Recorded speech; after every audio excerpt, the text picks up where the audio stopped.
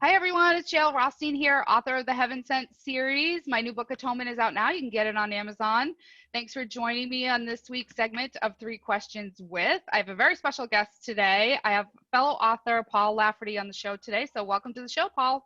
Hello, I think we should have a bat phone. We're doing this so often. You're on my show, I'm on your show. Yeah, that actually works for me.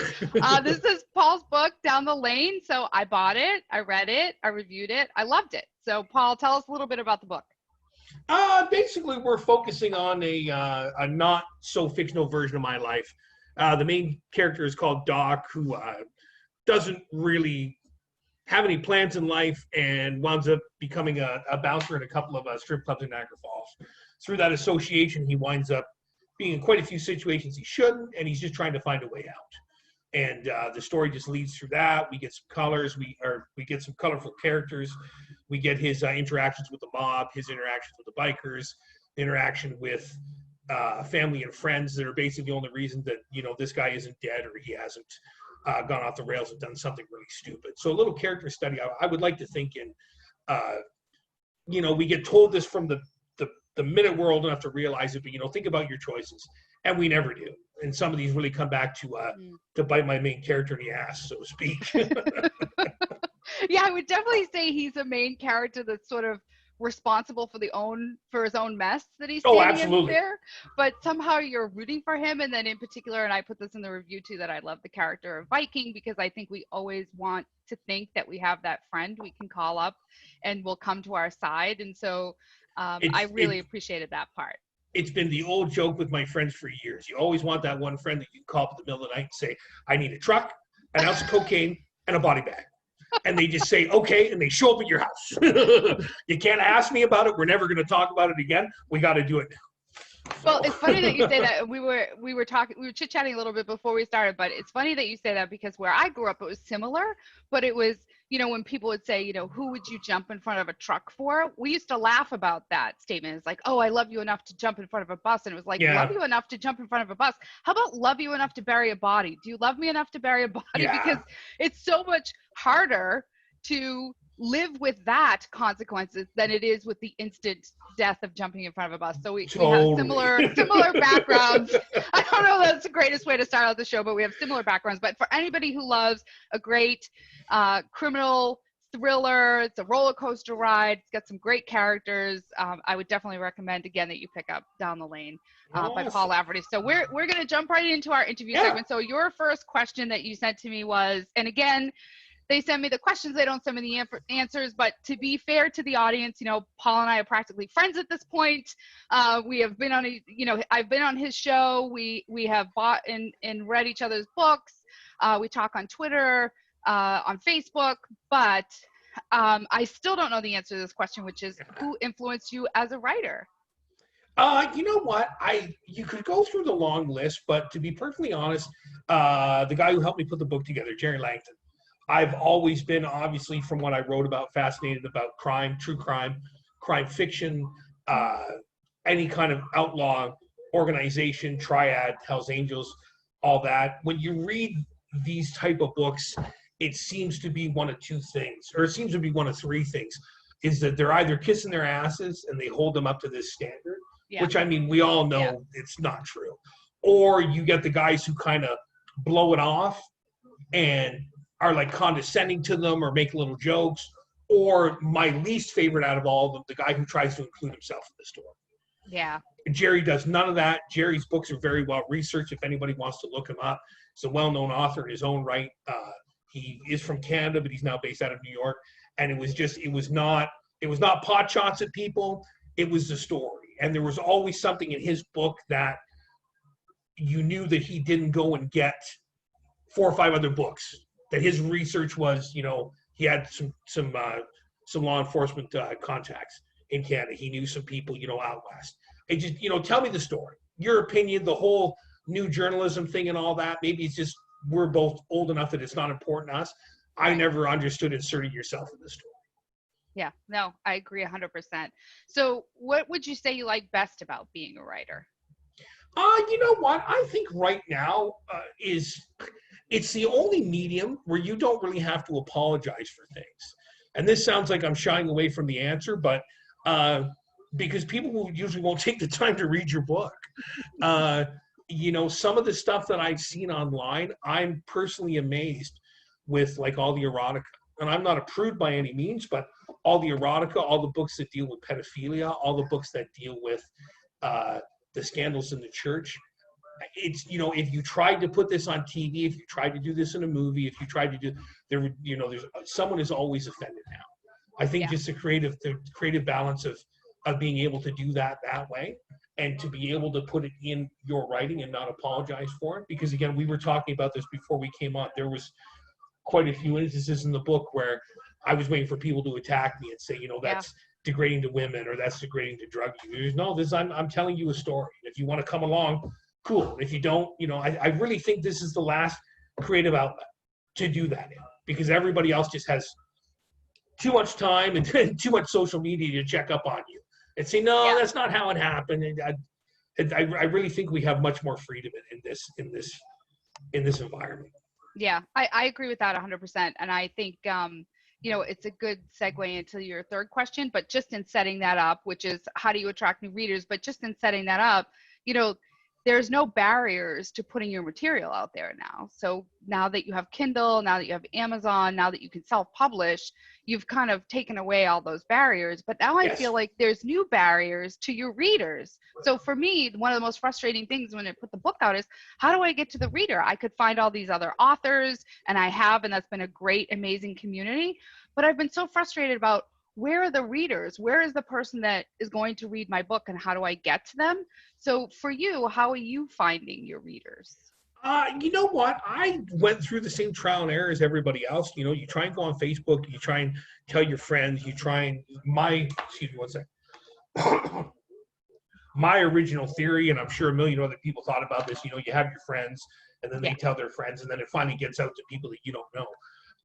And we've seen together from us meeting on these different platforms, you don't need 40 or 50 people, or 40 or 50,000 people liking everything you do. Right. Or you don't need somebody retweeting your tweet. You need somebody adding something to it, or going back and forth. And we were talking again before the camera came on, yourself, Lara, and Dominic, by love Elisa. I don't know what her real name is. I'm assuming it's Elisa something. But you know what? There's been 4 or 5 of us, but everybody has bought each other's work. Yeah. Right? And everybody has said to everybody else, buy their work. And it's just spreading from that circle. I think I've been on Twitter since I think September, and I've really been focusing on it during this whole pandemic thing. Yep. This has probably been half my business, because you guys have, it's not just like my book, retweet my book. You guys have said, well, this is what I like about it, this is what we do. So I, you know, with Lara's especially, because she's been so great. I remember, you know, now I got to go buy hers. Now it's time to do that. If we all support each other in this small circle, I think it's the version of what I spoke about in the beginning. It's going to break out of our circle, and out of our circle, and out of our circle. You know, where it's going to go on, and it's going to make it harder. Because again, you can spend all the money you want on the marketing, you can spend all that, but if people are just, yeah, that's great, and you never hear from them again, like you know, it's not pushing that forward at all. Yeah, and I think what I love most about it in this community out here that we are is that we're not all writing the same thing. So we're not echoing each other, like Lara and Dominic, who wrote Oil and Water, who I know you just picked up your copy. You showed it to me before we went on record. So, da, da, da, da. I put a little thing on YouTube this morning, but I screwed it up and the dog started barking in the background. I was actually taking it out of the bag. I'm like, you know what? Screw it. I got it here. Well, so that's a fictional account. That's a vampire book, what you call a fantastic read for everybody that we would recommend. And then I'm writing about heaven and hell and battles between angels and demons. And then you're writing a criminal, loosely based on real life fictional book, but, you know, a criminal thriller. So those are very different books. So I like the fact that this community that we've met, even though we're all supporting one another, is the fact that they are so very different. I just love the idea that, to be honest, all 3 of us probably would have passed over the other 2 books. Yeah. Had this not happened, right? I might have picked up your book. I might have, oh yeah, okay. I might have. I feel bad because every now and then I make the comment, oh, I don't want to read anything else about vampires. Her book has been getting great press, and it seems to be told from a different angle, right? But again, to be perfectly honest, I might have been And the whole reason why I wanted to do this, and I'm so glad that we're doing the videos and you come on to do mine, is that unless it's something I just totally do not want to read, like, we're going to get benefits out of all this. This whole bottom shelf now is almost entirely from side to side, independent books. Yeah, which is amazing. And I up until recently, I didn't read as much independent material as I've been reading in the past couple months since I put my own book out. I felt like I should go out there. I should support the industry itself. I should support other indie authors. So I've never read as much as I have in recent months. And I've been amazed because it had such a bad reputation. You know, self-publishing has had for a long time such a bad reputation in the industry. There's just so much vanity garbage. There's just so much horrible stuff. I was telling you this before, and I don't want to single the person out, but one of the books that I really loved, you need a good editor. Somebody has to go back and take a look through this person's book for them. Some of the other stuff, some of the theories, I think especially with the self-publishing, you don't have anybody step in and say, man, seriously? Like your own, I think there's a reason why they call it a vanity press, is that your own ego just gets in the way and you think it's great. And it's like, no, it's not. Well, and they're not, those people don't seem to have your best interest at heart. They have their own best interest at heart. So they're not really there to help you to get better as a writer, which is the whole point of an editor. I've been out here beating the drum of, have someone look at your work. It doesn't have to be an editor with 50 years experience, but it has to be somebody that has been through this process, who understands what they're looking at, who can give you some real critical feedback that you need to get better. This whole idea is almost like a badge of courage that, hey, I put it out there and I didn't have an editor. I think everyone should have their book read ahead of time. You know what? Just for the smallest of things, because again, being a teacher by day, I'm trying to practice what you preach. I tell the kids all the time, like, I don't want to see ain't in a formal essay. I want to see your parentheses open and close when you have this stuff. And now I wouldn't say it takes away from my enjoyment of the book, but I definitely notice it more than I might have years ago. And you try and tell people, like, there's a reason why this was done. I don't know if he's one of our mutual Twitter friends, like Dickie Gibson, Count to 10, great debut novel. He said, man, like, I didn't even know, when you're talking your own character, you should be in parentheses. Something like that, which is, again, something I didn't know either until my editor said, no. When you're the one talking, we have it in parentheses. So I think just all that. And again, there's 1,000 nitpickers that dig at that stuff anyway. I mean, let them dig if they want. But this is definitely a process. And like I said, with all you guys, I can't think of a little better crew to just, let's all carry on. Hopefully you're working on your second one. I'm working on my second one. I don't know what Lara's plan is. If there's a lot more steam to be with Oil and Water, which I think there is, but hopefully we can do this for the second set of series and the books. And you're not going to Kohl's or whatever the bookstore is and dropping $70 on a hardcover book.